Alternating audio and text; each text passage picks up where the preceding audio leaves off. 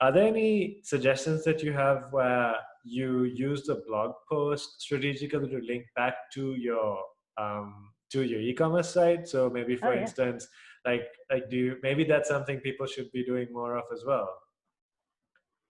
absolutely, but not too much.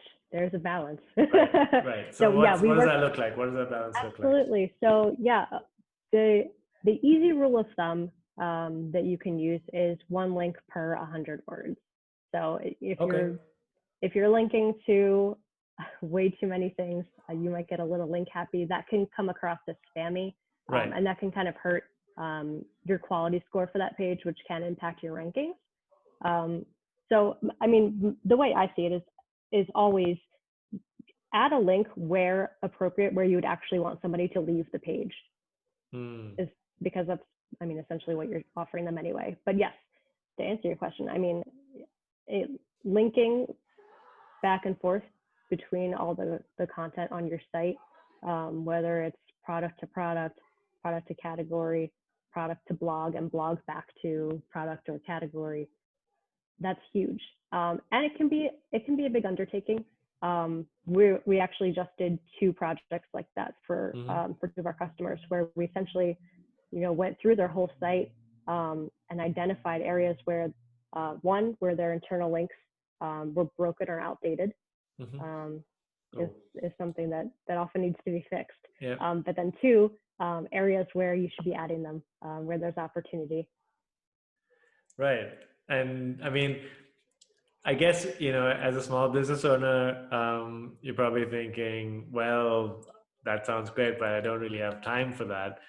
But clearly, prioritization is your answer there, right? So maybe even if you've got 100 blog posts, maybe you just figure out the top 5 that are getting the most traffic, and then you just do some links there, and you see how that goes.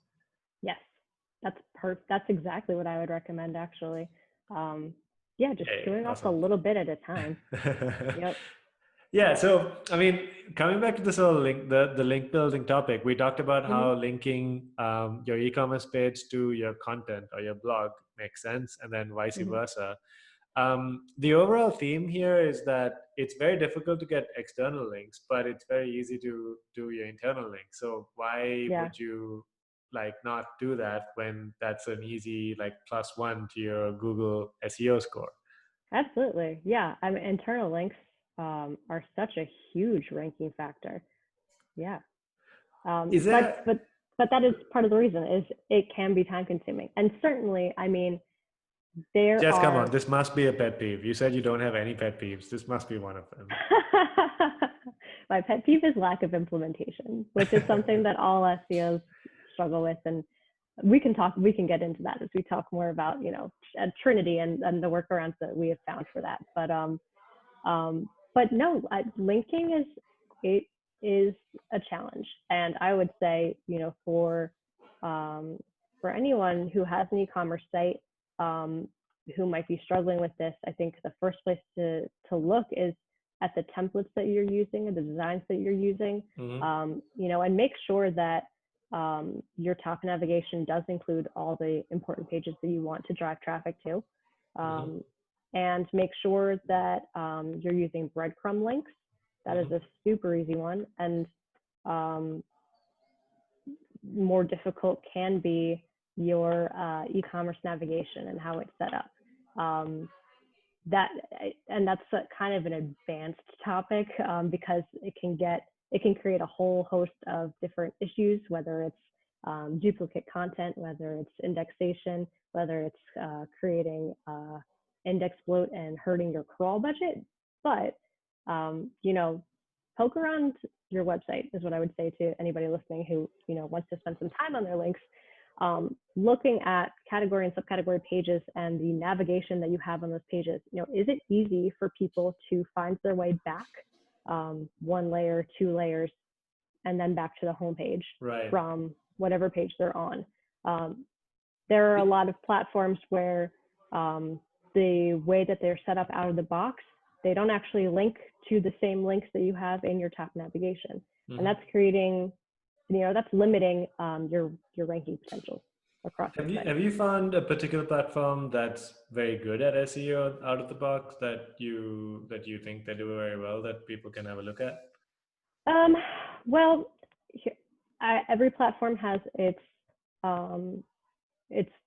pros and cons, Sure. strengths and weaknesses. We do partner with BigCommerce and Shopify.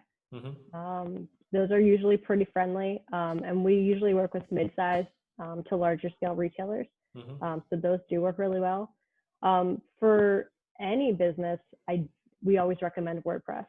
That is super SEO friendly, and especially either if you are doing this all yourself, it's very user friendly for people who are not as technically inclined, and then it's also has low barriers to entry for anybody you might hire. So you have a much better chance of somebody, if you were working with somebody to do SEO, for example, they're going to be able to get into WordPress and do a lot of this stuff for you, versus if you were on, I don't know, what's a good example, like an Oracle or Right.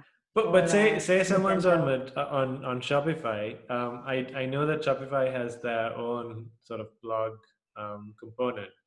Would you say even with that, like someone could just do the blog on WordPress and then do the sales on Shopify, or would you just say do the blog on Shopify too? Like what I Yeah, mean, you could. I think I'd have to do a little more research into the Shopify blog component. Any of our partners who have migrated to Shopify have done exactly what you said. They use the two different platforms, right, and WordPress right. goes alongside it. Yeah, because the way Google's, if you use a different platform, you would do blog.mycompany.com versus mycompany.com/blog, right? And that's very different, right, from an SEO perspective. So have you found Those that to be two, very, yeah, those two are very different. However, it's not necessarily rule based depending on the platform that you use. Gets a little more complicated than that. That is something for developers to work out. Sure, But yeah, sure. I was so just getting into it from an SEO point of view yeah. because, for instance, if I were running two platforms like Shopify Mm-hmm, and I had my blog on WordPress, then it would be mm-hmm, two different subdomains. And like mm-hmm. from what I recall, Google sees it as two completely separate websites because it's a subdomain. Yeah. But from what it sounds like, you can make it work, right? Like it doesn't really matter that You can much. definitely make it work. Yeah, that's one of those things that we come into a lot. And yes, the best practice is certainly to use subfolders or subdirectories rather than a subdomain. Mywebsite.com/blog rather than blog.mywebsite, because Google does treat them differently and it doesn't carry the same weight. So it does limit your ability to rank. And there's studies out there that have kind of shown if, businesses that have migrated to a subdomain saw a lot of improvement from there. So yeah, if you have the ability to choose one over the other, it is much better to keep it on the same domain. That said, that's not possible for a lot of partners for a lot of different reasons. Some of them just don't have the ability to migrate at that time. Others, it's a platform issue, Right. and the Very way that complicated. WordPress or another CMS works with their platform. So that's not to say that it can't work and it can't bring in traffic, because it absolutely can.